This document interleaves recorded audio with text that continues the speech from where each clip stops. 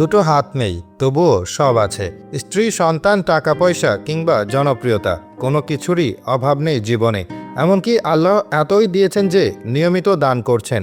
50 জন ছাত্র নিয়ে একটা এতিমখানাও চালাচ্ছেন। অথচ একসময় অনেকেই তাকে বলেছিলেন ঢাকায় গিয়ে ভিক্ষা করে খেতে। ল্যাংড়া খোড়া বলে খোঁচানো, মা বাবার চরিত্র হনন করা তো ছিল খুবই সাধারণ ঘটনা। বলছিলাম কন্টেন্ট ক্রিয়েটর মিরাজ আফ্রিদির কথা।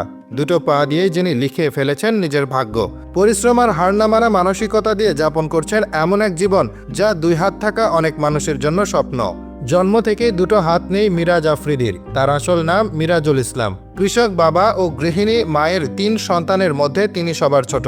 প্রতিবন্ধী হওয়ায় ছোটবেলা থেকেই অবহেলা ও বৈষম্যের শিকার হয়েছেন তিনি। তবে হাল ছাড়েননি। মায়ের সহযোগিতায় ধীরে ধীরে হাঁটতে শিখেছেন, বোনের চেষ্টায় পা দিয়ে লিখতে শিখেছেন, আর নিজের ধৈর্য ও পরিশ্রম দিয়ে শিখেছেন ভিডিও ধারণ ও এডিট করার মতো কঠিন সব কাজ। অভাবে জর্জরিত এক কৃষক পরিবারের সন্তান মিরাজ। পিএসসি পরীক্ষার সময় তার ফর্ম ফিল আপের টাকা দেওয়ার মতো সামর্থ্য ছিল না। ফলে তাকে নিয়ে মানবিক প্রতিবেদন তৈরি করেছিলেন পাবনার এক সাংবাদিক।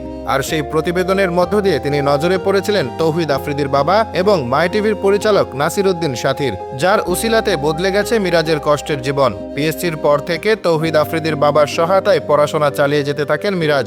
ক্লাস 9-এ ওঠার পর শুরু করেন ইউটিউব ও ফেসবুক চালানো। এক পর্যায়ে নিজেই একটা মোবাইল কেনার আবদার করে বসেন। তখন তার মা ছাগল বিক্রি করে মাত্র 3800 টাকায় তাকে একটা মোবাইল কিনে দেন। এই মোবাইল দিয়ে তিনি নাম লেখান কন্টেন্ট ক্রিয়েশনে। ভিডিওতে তুলে ধরেন দৈনন্দিন নানা জিনিসপত্র, কিন্তু তাতে খুব একটা ভিউজ হয় না। তখন তৌহিদ আফ্রিদির বাবা মিরাজকে ফোন করে বলেন তার ছেলের সাথে একটা ভিডিও বানাতে। আর এই ভিডিওর পরে তিনি পৌঁছে যান লাখো মানুষের কাছে। পরে ভাবির থেকে বুদ্ধি নিয়ে শুরু করেন পা দিয়ে খাওয়া এবং রান্না করার ভিডিও দেওয়া, যা দেখতে হুমড়ি খেয়ে পড়েন লক্ষ কোটি দর্শক। পরিচিতি পাবার পর অনেকেই মিরাজকে মেসেজ করা শুরু করেন। আর এরই ধারাবাহিকতায় একদিন তার পরিচয় হয় স্ত্রী সুমাইয়ার সাথে। সুমাইয়া তাকে বলেন অনুমতি পেলে তিনি 2টি হাত হয়ে চিরকাল মিরাজের সাথে থাকতে চান। এমন প্রস্তাব দেখে রীতিমতো চমকে যান এই কন্টেন্ট ক্রিয়েটর। পরিবারের অনুমতিতে বসেন বিয়ের পিঁড়িতে। আর তার সপ্তাহখানেকের মাথায় পেয়ে যান ফেসবুক মনিটাইজেশন।